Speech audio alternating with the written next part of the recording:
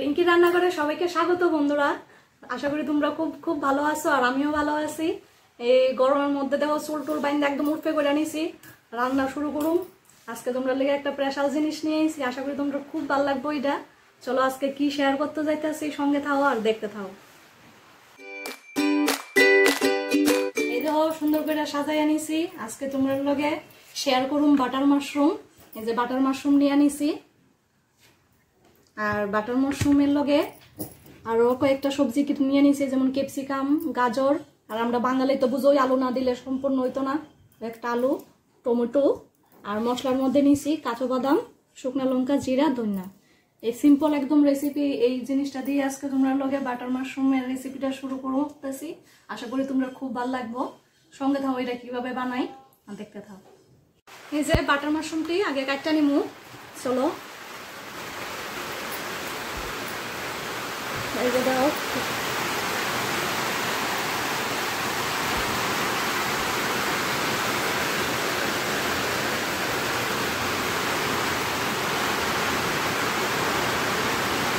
এই যে দেখো সবটি মাশরুম সুন্দর করে কাটটা নিছি। আর মাশরুমটা খুব হাই প্রোটিন একটা জিনিস, যারা মাছ মাংস খাও না তারাও এটা খাইতে পারো। খুব ভালো একটা মাশরুম, একটা প্রোটিনের সোর্স। চলো ওইটা মানে কাটটা নিছি ছোটো ছোটো করে। তখন মশলাটা বানাই নিই। মশলাটার লেগা এই যে ধনিয়া জিরা একসঙ্গে সবটা পেস্ট করে নিই।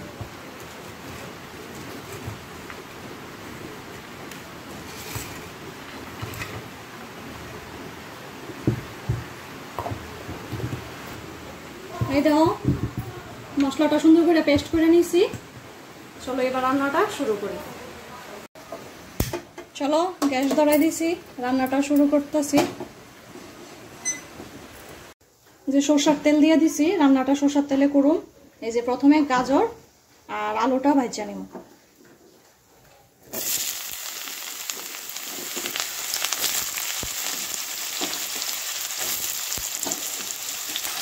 দিয়ে দেবো হলুদ, দিয়ে দেবো লবণ, দিয়ে এটা একটু ভাজা নিব।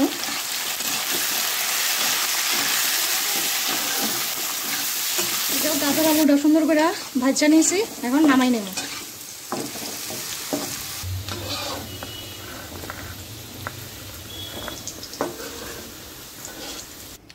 এই যে এখন দিয়ে দেবো জিরে ফোড়ন, আর দিয়ে দেবো মশলাটা।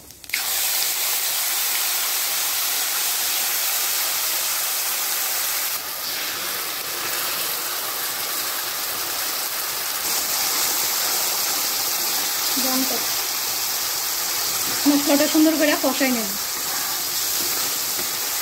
এক চামচ দিয়ে দেবো চিনি। সুন্দর করে মশলাটা কষাই নেব।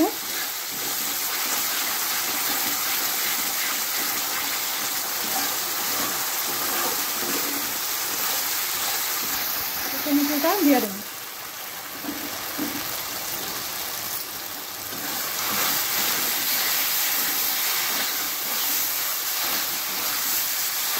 এখন দিয়ে দেবো ক্যাপসিকামটা।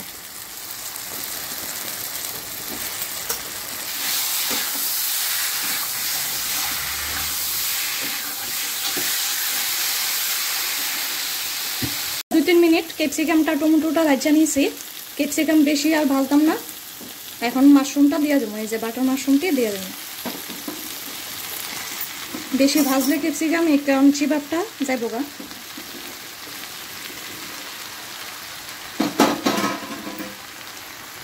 দিয়ে দেবো একটু হলুদ, আর স্বাদ মতো দিয়ে দেবো লবণ। সুন্দর করে এটা ভাজা নিব। মাশরুমটার থেকে একটু জল ছাড়বো। মাশরুমটা ক্যাপসিকামটা সুন্দর করে দেখবা ভাজা হইব, সিদ্ধ হইব।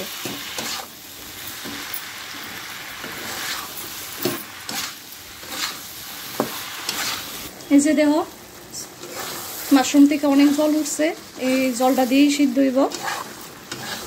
আর বাটার মাশরুমটা সিদ্ধ হইতে বেশি সময়ও লাগে না।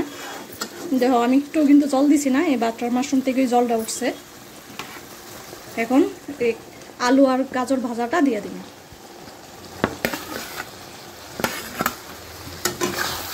দিয়ে 2-3 মিনিট আর একটু মিক্সড করে নেব। এই দেখো একটু মজাই নিয়েছি, সুন্দর করে একটু ভাজা নিয়েছি সবজি মশলা। এখন দিয়ে দিব গরম মশলা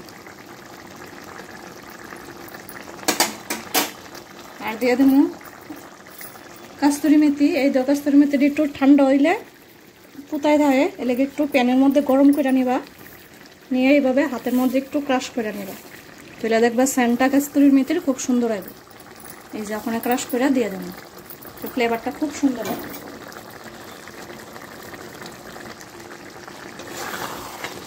এই যে সুন্দর করে একটু মিলাই নিব গরম মশলাটা কাস্তুরি মেথিটা, ফ্লেভারটা যাতে সবজির মধ্যে যা। 2 মিনিটের লেগে এটা ঢাকা দিয়ে দেবো। এই যে 2 মিনিট হয়েছে, দেখো নামিয়ে নিতেছি। এই যে রেডি একদম বাটার মাশরুম, খুব সুস্বাদু খাইতে, মানে রুটি পরোটা ভাত ফ্রাইড রাইস সব কিছুর লগে চলে এটা। চলো সার্ভ করি। এই যে দেখো রেডি বাটার মাশরুম, খুব সুস্বাদু একটা রেসিপি। আশা করি সবে তোমরা ট্রাই করো আর কমেন্ট করে নিশ্চয়ই জানাইও। আর তোমরা সবে রিঙ্কি রান্না করে এভাবে পাশে থেকো, রিঙ্কি রান্না করে সবে লাইক কমেন্ট সাবস্ক্রাইব করো। আর যারা ফেসবুক থেকে দেখতেছো প্লিজ পেজটারে ফলো করে দিও। তোমরা একটা লাইকে আমরা অনেক উৎসাহ বাড়া। আশা করি তোমরা এভাবে সবাই আমার পাশে থাকবা। আজকের মতো টাটা, বাই বাই।